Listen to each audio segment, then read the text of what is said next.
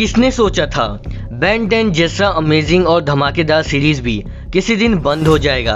आखिर ऐसा कौन सा रीज़न था जिसकी वजह से इतने ऑसम सीरीज को बंद करना पड़ा? और क्या आपने कभी ये सोचा है क्या रियलिटी में हम ओमनीट्रिक्स को बना सकते हैं? खुद समझाएगा मुझे, ये तो ऑब्वियस सी बात है कि नहीं बना सकते। वेल, आपको याद है जब हम बच्चे थे तब इस वॉच के पीछे हम सब कितने ज़्यादा दीवाने थे। तब एक बार ही सही अपने पेरेंट्स से बोलकर वो वॉच खरीदने की जिद ज़रूर करते थे। वेल, आज की इस वीडियो में हम बेन 10 के बारे में A to Z सब कुछ डिटेल में जानने वाले हैं, तो इस वीडियो का कोई सा भी पार्ट गलती से भी स्किप कर मत देखना। So hey guys, this is Harsh and without wasting any more time let's get started to our new video series bringing back your childhood memories back part 7 with this small intro.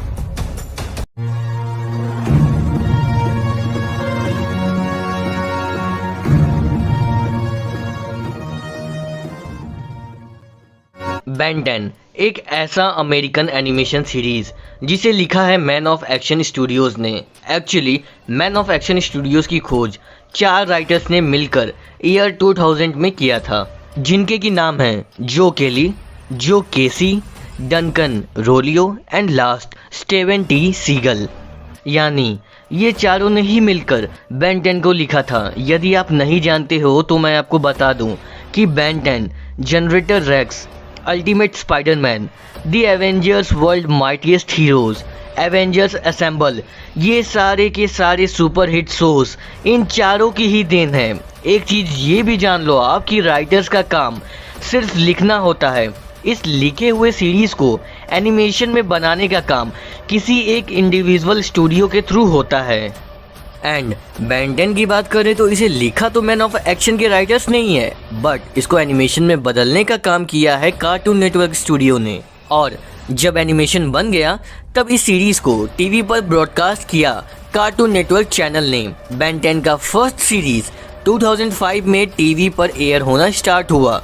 Ben 10 के original series का नाम सिर्फ और सिर्फ Ben 10 ही था, जो कि 2005 से 2008 तक एयर किया गया, जिसमें कि टोटल 4 सीजन्स थे। उसके बाद सेकेंड सीरीज़ आया जिसका कि नाम था बेन 10 एलियन फोर्स, जो कि 2008 से 2010 तक चला, जिसमें कि टोटल 3 सीजन्स थे। और उसके बाद थर्ड सीरीज़ आया जिसका कि नाम था बेन 10 अल्टीमेट एलियन, जो कि 2010 से 2012 तक चला और इसमें भी 3 सीजन्स थे। अगर मैं पर्सनली बोलूँ तो मुझे एलियन फोर्स और अल्टीमेट एलियन काफ़ी ज़्यादा पसंद है। आपको कौन सा सीरीज़ बेन 10 का सबसे ज़्यादा अच्छा लगता है कमेंट सेक्शन में ज़रूर बताना। वेल, तीसरे के बाद आया बेन 10 का फोर्थ सीरीज़ जिसका कि नाम था बेन 10 ओमनीवर्स, जो कि 2012 से 2014 तक एयर किया गया, जिसमें कि टोटल 8 सीजन्स थे। और फिफ्थ एंड लास्ट सीरीज़ का नाम था बेन 10 रीबूट, जो कि 2016 में स्टार्ट हुआ और अब तक एयर किया जा रहा है। इन पांचों सीरीज़ के अलावा बेन 10 की कुछ लाइव एक्शन मूवीज़ भी आई थी, जैसे कि रेस अगेंस्ट टाइम 2007 में आई, एलियन स्वॉर्म 2009 में आई, डिस्ट्रॉय ऑल एलियंस 2012 में आई और last Ben 10 versus the universe the movie 2020 में आई। बेन 10 के बारे में कुछ भी जानने से पहले इसके कुछ मेन कैरेक्टर्स को जान लेते हैं। सबसे पहले number 1 Ben Tennyson.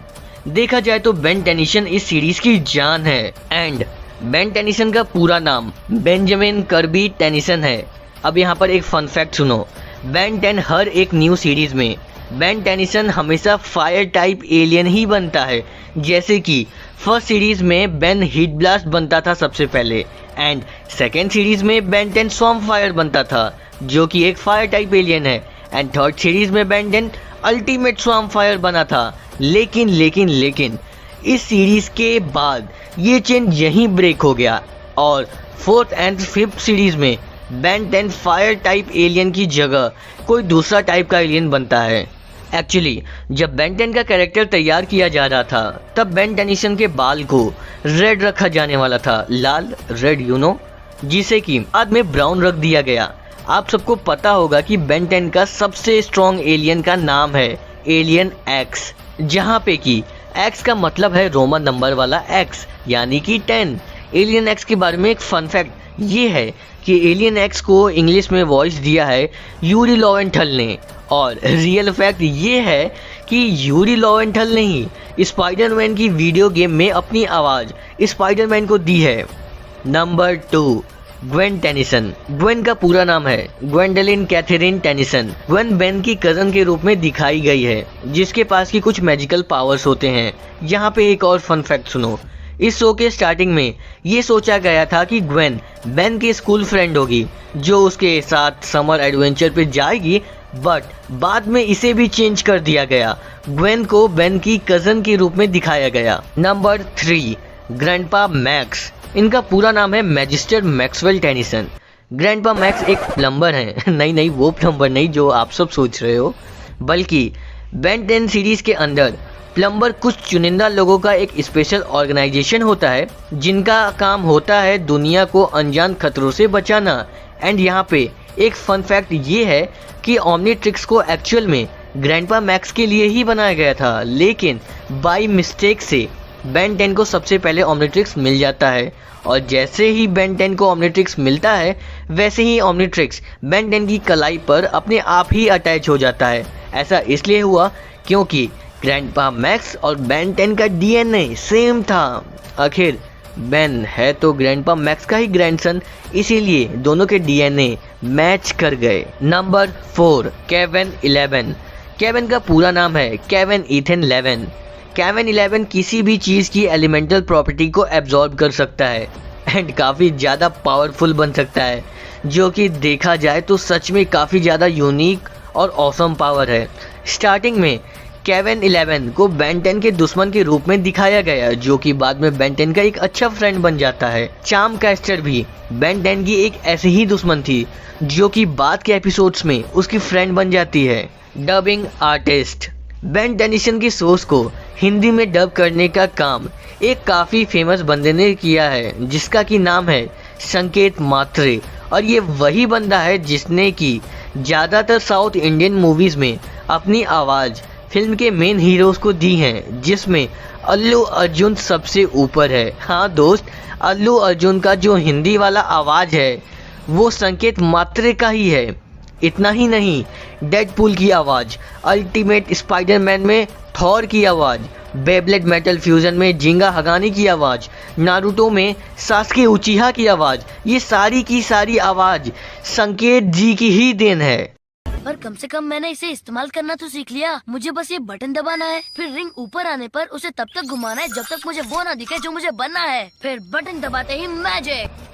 Gwen Tennyson को हिंदी में अपनी आवाज़ दी है परिज्ञा पांड्या शाह ने। तो चलो अब ये भी जान लेते हैं कि इतना अमेजिंग एनिमेशन और इतना गजब की स्टोरी होने के बावजूद भी बेन 10 बंद क्यों हो गया। What's the actual reason behind it. उससे पहले आप सब जल्दी से चैनल को सब्सक्राइब करके नोटिफिकेशन बेल ऑन कर लो।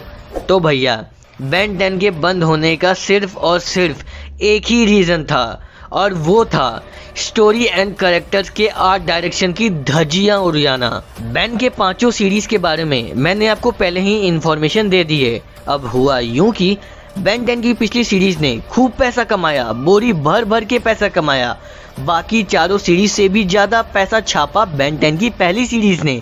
उसके बाद बेन 10 एलियन फोर्स आया, और आते ही इसने भी धूम मचा के रख दिया कार्टून और एनिमेशन वर्ल्ड की दुनिया में। एलियन फोर्स ने भी काफ़ी ज़्यादा पैसा छापा, और छापता क्यों नहीं, आखिर इसका एनिमेशन था ही इतना ज़बरदस्त। स्टोरी से लेकर के आर्ट डायरेक्शन सब कुछ गजब का था। आर्ट डायरेक्शन का मतलब होता है कैरेक्टर्स का डिज़ाइन और शो में दिखाया जाने वाला प्लेस। एलियन फोर्स के बाद आया बेन 10 अल्टीमेट एलियन, और ये भी सुपर सीरीज था, इसने भी काफ़ी अच्छा खासा पैसा कमाया। अल्टीमेट एलियन के बाद आया बेन 10 ओमनीवर्स। बस सारी की सारी चीज़ें यहीं से ख़राब हो गई। कार्टून नेटवर्क ने इस सीरीज़ को सबसे ज़्यादा पैसा कमाने के लिए बनाया था, लेकिन ये सीरीज़ सबसे ज़्यादा फ्लॉप निकली। क्यों फ्लॉप हुई ये सीरीज़, अब ये जानते हैं। देखो, स्टोरी तो ठीक ठाक ही था, बट इस सीरीज़ का आर्ट डायरेक्शन काफ़ी ज़्यादा ख़राब था। मतलब मुझे भी हंसी आती थी यार। ये देखो, पहले वाली ग्वेन और इस सीरीज़ वाली ग्वेन कितना डिफरेंस है, मतलब छी भाई क्या है ये। और तो और केविन को देखो, इसके शकल की तो धज्जियां उड़ा दी हैं, इसको देखकर तो हंसी आती है। और ये रहे हमारे ग्रैंडपा मैक्स, जरा इनको तो देखो, इनकी आंखें हैं या फिर गोटियां। देखा जाए तो एक बेन टेनिसन ही थोड़ा बहुत सही दिखता है। तो ये सबको देखने के बाद आपको पता चल गया होगा कि बेन 10 इन दोनों लास्ट के सीरीज की वजह से ही पूरा का पूरा घाटे में चला गया।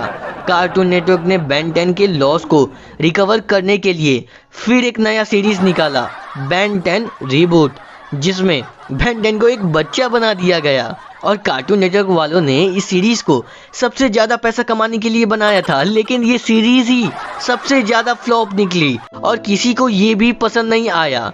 मैं जब छोटा था ना, तब मैं ये सोचता था डिज्नी चैनल डोरेमोन के लिए बना है, पोगो छोटा भीम के लिए, हंगामा सिंचैन के लिए और कार्टून नेटवर्क बेन 10 के लिए। लेकिन बाद में बेन 10 को ही हटा दिया यार चैनल से, और बाद में ऑगी, हड्डी मेरा बड्डी, हॉरर हेनरी ये सब शोज दिखाने लग गए। आई होप कि आपको सब कुछ अच्छे से समझ में आ गया होगा। और अभी भी आपके मन में कुछ डाउट है इस सीरीज को लेकर के, तो कमेंट सेक्शन तो खुला है ही, वहाँ पे आप अपने क्वेश्चंस को पूछ सकते हो। तो आज की वीडियो में बस इतना ही, तो मिलते हैं जल्दी ही ऐसे ही किसी और वीडियो में। तो तब तक के लिए टाटा बब्बा सायोनारा सब्बा खैर।